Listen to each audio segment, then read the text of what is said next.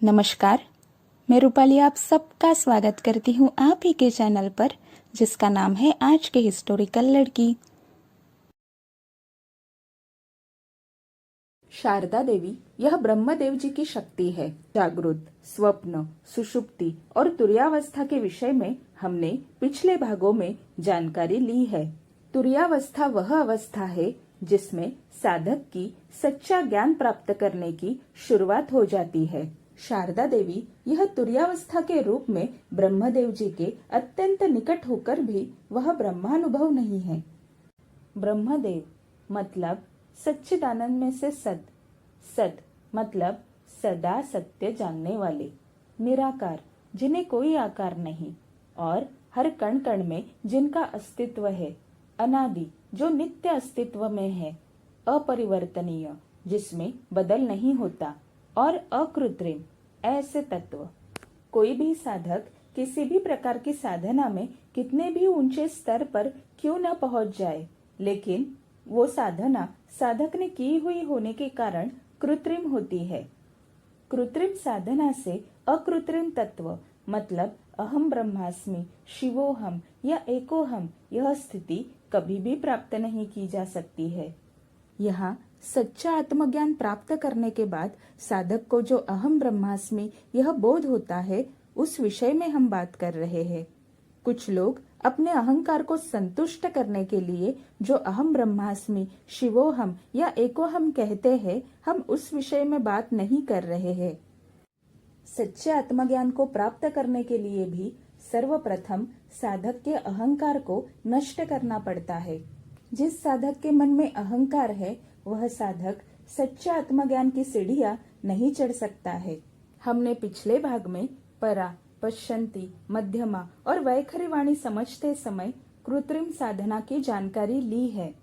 वैखरी, मध्यमा और पश्यंती यह पूरी तरह से कृत्रिम साधनाएं हैं। तुर्यावस्था में परा साधना करते हुए साधक अकृत्रिम साधना का अनुभव लेता है।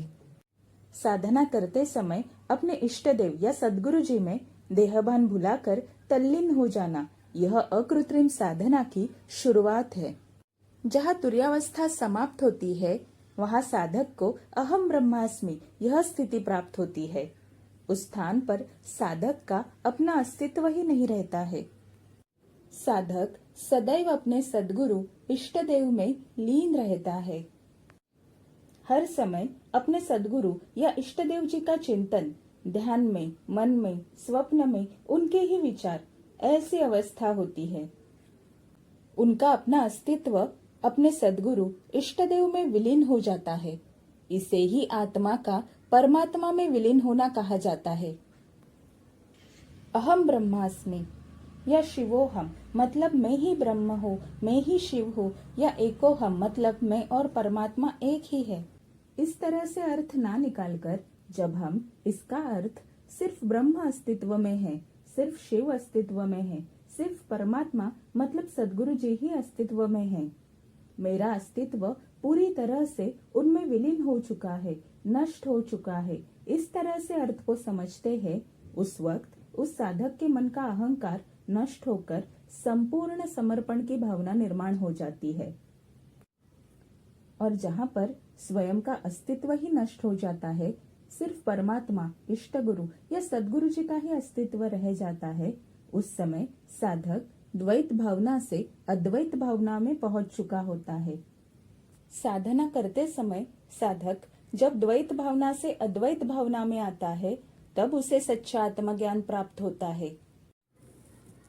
समर्थ रामदास जी ग्रंथ में कहते हैं, शारदा देवी स्वयं ब्रह्मदेव में विलीन हो जाती है और साधक को अहम ब्रह्मास्मि का ज्ञान प्राप्त कराती है।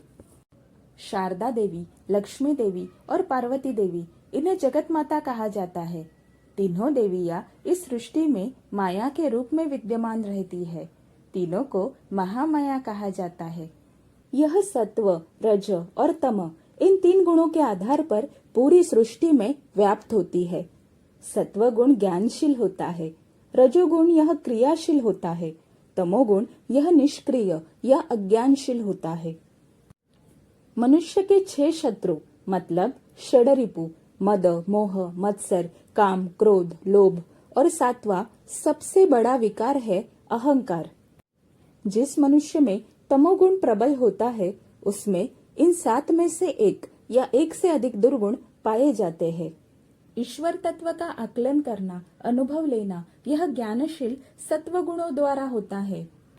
प्रत्येक सजीव या प्रत्येक मनुष्य जिन गुणों को चुनता है उस आधार पर उसके आत्मा का विकास निर्भर होता है। शारदा देवी हर एक जीव में चेतना के स्वरूप में विद्यमान होती है। कोई भी मनुष्य या साधक अपनी साधना से अज्ञान, अविद्या मतलब तमोगुण को नष्ट करके आत्मज्ञान प्राप्त कर सकता है। जो मनुष्य सत्व गुणों को चुनता है और उसके लिए क्रियाशील हो जाता है, माया में फंसकर खुद को बांध नहीं लेता, संसार में रहते हुए भी अलिप्तता मतलब वैराग्य, डिटैचमेंट को अपनाता है और अपने आत्मज्ञान को प्राप्त करने का लक्ष्य रखकर शांति से, लगातार धैर्य से अपनी साधना करते रहता है, ऐसे साधक पर, ऐसे अपने बच्चे पर शारदा देवी वो करुणामयी माता इतनी प्रसन्न हो जाती है कि उस साधक को स्वयं ब्रह्मदेव में विलीन होकर अहम ब्रह्मास्मि का ज्ञान प्राप्त कराती है। अर्थात वहां पर तुर्यावस्था नष्ट होकर साधक को अहम ब्रह्मास्मि यह सच्चा आत्मज्ञान प्राप्त होता है। इन साधकों को सद्गुरु या सच्चे साधु संत कहा जाता है। शारदा देवी इन सद्गुरु या सच्चे साधु संतों के अंतःकरण में निवास करती है और फिर से पश्यंती, मध्यमा और वैखरी के माध्यम से दूसरे साधकों को आत्मज्ञान प्राप्त करने के लिए, प्रेरित करने के लिए सद्गुरु या साधु संतों को प्रोत्साहित करती है।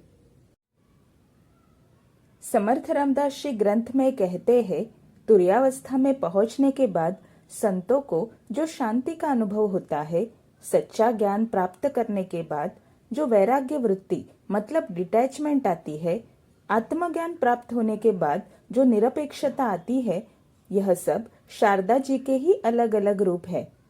शुद्ध चेतना और सच्चे ज्ञान से मन में जो कभी खत्म ना होने वाला आनंद निर्माण होता है, वह शारदा जी का स्वरूप है।